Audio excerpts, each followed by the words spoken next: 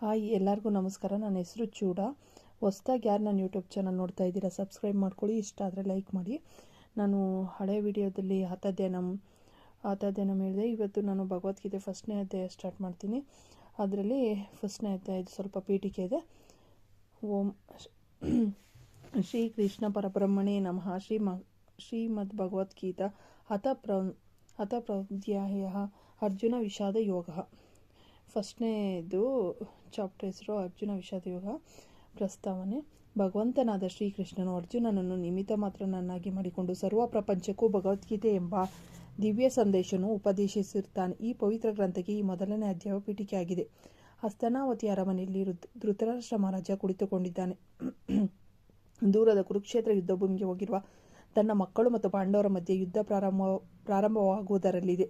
ಪ್ರತಿ ದಿವಸ ಯಾವ ಸೇನಾಪತಿಯ ಮುಖಂಡತ್ವದಲ್ಲಿ ಯಾವ ಆಕಾರದಲ್ಲಿ ಸೈನ್ಯದ ರಚನೆಯಾಗಿದೆ, ಯಾವ ಯೋಧರು ಯಾರೊಂದಿಗೆ ಯುದ್ಧ ಮಾಡುತ್ತಿದ್ದಾರೆ, ಅಂದಿನ ಜಯಶಾಲಿಗಳು ಯಾರ್ಯಾರು, ಅವರ ಮಧ್ಯೆ ನಡೆಯುತ್ತಿರುವ ಸಂಭಾಷಣೆಗಳೇನು ಎಂಬುದನ್ನು ಕೇಳಿ ತಿಳಿದುಕೊಳ್ಳಬೇಕೆಂಬ ತೀವ್ರ ಇಚ್ಛೆಯಿಂದ ಧೃತರಾಷ್ಟ್ರ ಮಹಾರಾಜ ಸಂಜಯನನ್ನು ಪ್ರಶ್ನಿಸುತ್ತಾನೆ.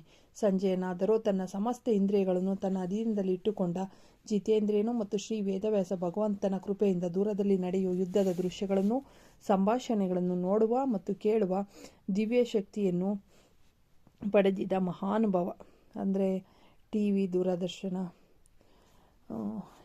ಇವನು ಮಹಾರಾಜನ ಅಪೇಕ್ಷೆಯಂತೆ 18 ದಿನಗಳ ಯುದ್ಧದ ವಿವರಣೆಯನ್ನು ನೋಡಿ ಕೇಳಿ ಅರಮನೆಯಲ್ಲೇ ವಿವರಿಸುತ್ತಾನೆ. ಮೊದಲನೇ ದಿನ ಯುದ್ಧಾರಂಭದ ಸಮಾರಂಭ, ಸೇನೆಯ ರಚನೆ, ಯೋಧರುಗಳ ಆಗಮನ, ಅರ್ಜುನನ ಬಂಧುಗಳು ನಾಶವಾಗುತ್ತಾರೆಂಬ ವಿಷಾದ, ಇದರಿಂದ ಉಂಟಾದ ದುಃಖ ಇತ್ಯಾದಿ ವಿಷಯಗಳು ಮೊದಲನೇ ಅಧ್ಯಾಯದಲ್ಲಿ ವರ್ಣಿಸಲ್ಪಡುತ್ತವೆ. ಮೊದಲನೆಯ ಅಧ್ಯಾಯದಲ್ಲಿ ಏನಿದೆ ಅನ್ನೋದನ್ನು ಒಂದು ಸಣ್ಣ ಪೀಠಿಕೆ ಅಷ್ಟೇ ಇದು. ಧೃತರಾಷ್ಟ್ರ ಉವಾಚ ಧರ್ಮಕ್ಷೇತ್ರೆ ಕುರುಕ್ಷೇತ್ರೆ ಸಮವೇತ ಯುಯುಸ್ತವಾಂ ಮಾಮಕಾಃ ಪಾಂಡವೈಶ್ಚೈವ ಕಿಮಕುರ್ವತ ಸಂಜಯ. ಧೃತರಾಷ್ಟ್ರನು ಹೇಳಿದ್ದು: ಹೇ ಸಂಜಯ, ಯುದ್ಧವನ್ನು ಮಾಡಬೇಕೆಂಬ ಅಭಿಲಾಷೆಯುಳ್ಳವರಾಗಿ ನನ್ನ ಕುಮಾರರು ಪಾಂಡವರು ಧರ್ಮಭೂಮಿಯಾದ ಕುರುಕ್ಷೇತ್ರದಲ್ಲಿ ಸೇರಿ ಏನು ಮಾಡಿದರು? ಸಂಜಯ ಉವಾಚ ದೃಷ್ಟಾಂತು ಪಾಂಡವನೀಕಂ ಯೂಢ್ಯಂ ದುರ್ಯೋಧನಸ್ತದಾ ಆಚಾರ್ಯಮುಪಸಂಗಮ್ಯ ರಾಜವಚನಂ ಬ್ರವೀತು. ಸಂಜಯನು ಹೇಳಿದ್ದು: ಹೇ ಧೃತರಾಷ್ಟ್ರ ಮಹಾರಾಜ, ಆ ಸಮಯದಲ್ಲಿ ರಾಜನಾದ ದುರ್ಯೋಧನನು ವ್ಯೂಹಾಕಾರವಾಗಿರೋ ಪಾಂಡವರ ಸೈನ್ಯ ನೋಡಿ ಗುರುವಾದ ದ್ರೋಣಾಚಾರ್ಯರ ಹತ್ತಿರ ಹೋಗಿ ಹೇಳುತ್ತಾನೆ: ಪಶ್ಚೇತಾಂ ಪಾಂಡುಪುತ್ರಾಣಂ ಆಚಾರ್ಯ ಮಹತೀಂ ಚ ಮೂಂ ಯೂಢ್ಯಂ ದ್ರುಪದ ಪುತ್ರೇಣ ತವ ಶಿಷ್ಯೇಣ ಧೀಮತ. ಹೇ ಗುರುವರ್ಯ, ನಿನ್ನ ಶಿಷ್ಯನೂ ಬುದ್ಧಿವಂತನೂ ದ್ರುಪದ ಪುತ್ರನೂ ಆದ ದುಷ್ಟದ್ಯುಮ್ನನಿಂದ ವ್ಯೂಹಾಕಾರವಾಗಿ ರಚಿತವಾದ ಪಾಂಡುರಾಜನ ಕುಮಾರರ ಈ ಮಹಾಸೈನ್ಯವನ್ನು ನೋಡು. ಅತ್ರ ಶೂರ ಮಹೇಶ್ವಾಸಃ ಭೀಮಾರ್ಜುನ ಸಮಯುಧಿ ಯುಯಾಧೋನ ವಿರಾಟಶ್ಚ ದ್ರುಪದಶ್ಚ ಮಹಾರಥಃ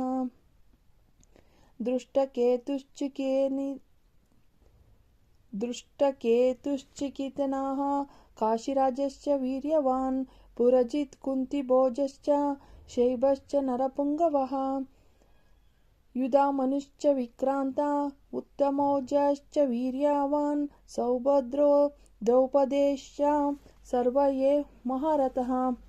ಯುದ್ಧದಲ್ಲಿ ಭೀಮಾರ್ಜುನರಿಗೆ ಸಮಾನರು, ದೊಡ್ಡ ಬಿಲ್ಲು ಉಳ್ಳವರು, ಶೂರರೂ ಆದ ಈ ಪಾಂಡವರ ಸೇನೆಯಲ್ಲಿ ವಿರಾಟ ರಾಜ ಮಹಾರಥನಾದ ದ್ರುಪದನು, ಶಿಶುಪಾಲ ಪುತ್ರನಾದ ದೃಷ್ಟಕೇತುವು, ಯಾದವ ವೀರನಾದ ಚಿಕಿತನು, ಬಲಶಾಲಿಯಾದ ಕಾಶಿರಾಜನು, ಪುರಜಿತ್ತು ಕುಂತಿಭೋಜನು, ನರಶ್ರೇಷ್ಠವಾದ ಶೈಬ್ಯನು, ಪಾಂಚಾಲ ವೀರನಾದ ಯುಧಾಮನ್ಯುವು, ಮಹಾಶೂರನಾದ ಉತ್ತಮೋಜನು, ಅಭಿಮನ್ಯುವು, ದ್ರೌಪದಿ ಕುಮಾರರಾದ ಉಪಪಾಂಡವರು ಇದ್ದಾರೆ. ಇವರೆಲ್ಲರೂ ಒಬ್ಬೊಬ್ಬರೇ 10,000 ಸೈನ್ಯದೊಂದಿಗೆ ಹೋರಾಡುವ ಮಹಾರಥರು.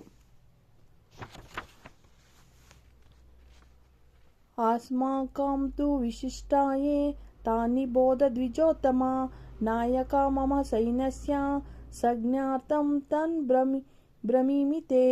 ಹೇ ಬ್ರಾಹ್ಮಣೋತ್ತಮ, ನಮ್ಮ ಪಕ್ಷದಲ್ಲಿ ಶ್ರೇಷ್ಠರು, ನಮ್ಮ ಸೈನ್ಯಕ್ಕೆ ನಾಯಕರಾದನ್ನು ನಿನ್ನ ತಿಳುವಳಿಕೆಯಾಗಿ ಹೇಳುತ್ತೇನೆ, ಆಲಿಸು. ಒಟ್ಟಿಗೆ ಇಲ್ಲಿಗೆ 7 ಶ್ಲೋಕಗಳು ಕಂಪ್ಲೀಟ್ ಆಗಿದೆ. ನೆಕ್ಸ್ಟ್ ವಿಡಿಯೋದಲ್ಲಿ ಕಂಟಿನ್ಯೂ ಮಾಡ್ತೀನಿ. ನಮಗೆ ಏನೂ ಗೊತ್ತಿಲ್ಲ ಅನ್ನೋದಕ್ಕಿಂತ ಸ್ವಲ್ಪ ಗೊತ್ತಿರಬೇಕು. ಇದು ಭಗವದ್ಗೀತೆ ಶ್ಲೋಕಗಳು ಮಕ್ಕಳು ಕಲಿಯೋಕ್ಕೆ ಈಸಿ ಆಗುತ್ತೆ, ಬಟ್ ಇದು ಅರ್ಥಗಳು ದೊಡ್ಡವ್ರಿಗೆ ಅಷ್ಟೇ ಬೇಕು. ಅದಕ್ಕಿಂತ ಚಿಕ್ಕ ಮಕ್ಕಳಿಗೆಲ್ಲ ನಾವು ತಲೆಗೆ ತುಂಬೋಕ್ಕಾಗಲ್ಲ. ಫಸ್ಟ್ ಅವ್ರು ಶ್ಲೋಕಗಳು ಕಲ್ತ್ಕೊಂಡ್ರೆ ಸಾಕು. ನೆಕ್ಸ್ಟ್ ದೊಡ್ಡವ್ರು ಆಗ್ತಾ ಆಗ್ತಾ ಅದರ ಅರ್ಥ ಏನು ಅಂತ ಅವರೇ ತಿಳ್ಕೊತಾ ಹೋಗ್ತಾರೆ. ನೆಕ್ಸ್ಟ್ ವಿಡಿಯೋದಲ್ಲಿ 8ನೇ ಶ್ಲೋಕದಿಂದ ಕಂಟಿನ್ಯೂ ಮಾಡ್ತೀನಿ. ಧನ್ಯವಾದಗಳು.